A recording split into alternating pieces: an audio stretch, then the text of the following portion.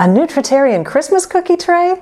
Well, that's a decision that I made this year. Oh, there are plenty of excuses for not making a Nutritarian Christmas cookie tray. But I decided to stick with it, and I'm so glad I did. At the beginning of this video, I'll share those excuses and the truth of things. Also, the 6 types of Christmas cookies that I decided to make, their number of ingredients, how long they took to make from start to finish, level of ease, and before the end of this video, I'll show you the assembled Nutritarian Christmas cookie tray. Let's get into it. Excuse. People won't like them as well as traditional cookies. The truth. Yes, there's a bit of bravery in offering cookies to people that have no salt, no oil, no sugar, no butter, no chocolate chips, no white flour, but it's worth a try, and if they like them, all the better. My experience has been that whenever I bring nutrient-dense offerings to social events, people always enjoy them. Excuse. It will take too much time, too many ingredients, and way too much effort.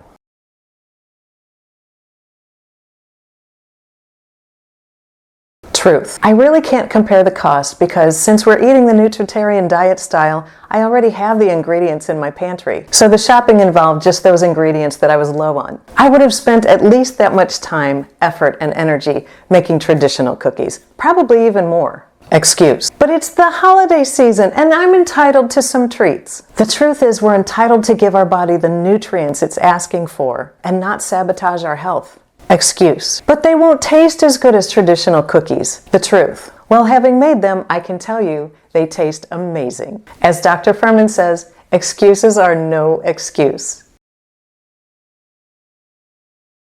So I chose to make recipes from the resources I already have. The Eat to Live Cookbook, the Eat to Live Quick and Easy Cookbook, both by Dr. Furman, and one that I had printed out a while back from Sherry at the Watering Mouth. You can certainly just Google Nutritarian cookie recipes or get them from Dr. Furman's website. Here are the 6 that I chose. Chia cookies from the Eat to Live Cookbook. This recipe has 8 ingredients. Currants, I used chopped raisins. Oats, coconut, ground chia seeds, whole chia seeds, cinnamon, almond butter, unsweetened applesauce, and vanilla. They took around 3 hours from start to finish, but the majority of the time is hands-off while they're baking in a very low oven. The level of ease, with 5 being the easiest and 1 being the most difficult, is about a 3 because of the time involved and I needed to use the blender and the food processor. Next up, peanut butter cookies. This recipe comes from the Eat to Live Quick and Easy Cookbook. It has 6 ingredients: green lentils, peanut butter, dates, raisins, baking powder, and vanilla. Optionally, you can add 1 teaspoon of all fruit preserves. These took around 3 hours including cooling time. The level of ease I would place at a 2 because of the time that it took, needing multiple kitchen power tools, and almost burning out my Vitamix. Next up, lemon balls, again from the Eat to Live Quick and Easy Cookbook. These require only 4 ingredients: cashews, lemons, dates, and coconut. They took 54 minutes before placing them in the freezer. There is no baking, and you only need to get out the food processor, so I'm giving these a 5 for level of ease. Next up are the goji berry walnut squares with chocolate drizzle. You say chocolate and Nutritarian in the same sentence, and I'm there. It's a recipe by Talia Furman, Dr. Furman's daughter, that he included in the Eat to Live cookbook.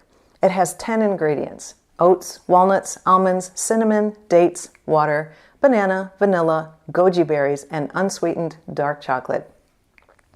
This recipe took 1 hour and 20 minutes from start to finish.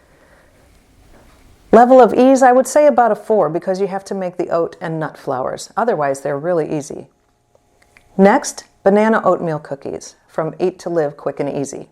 It has 8 ingredients: oats, baking soda, cinnamon, nutmeg, ground ginger, bananas, sunflower seeds. I substituted walnuts because I like them with bananas, and raisins or currants. These took 1 hour and 15 minutes from start to finish.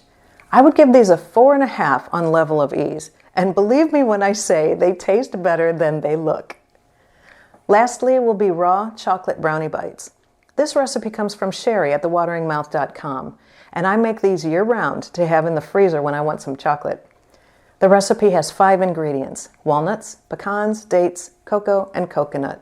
It took about 15 minutes to get everything mixed and another 5 minutes to get them rolled. This recipe gets a 5 out of 5 for ease of preparation.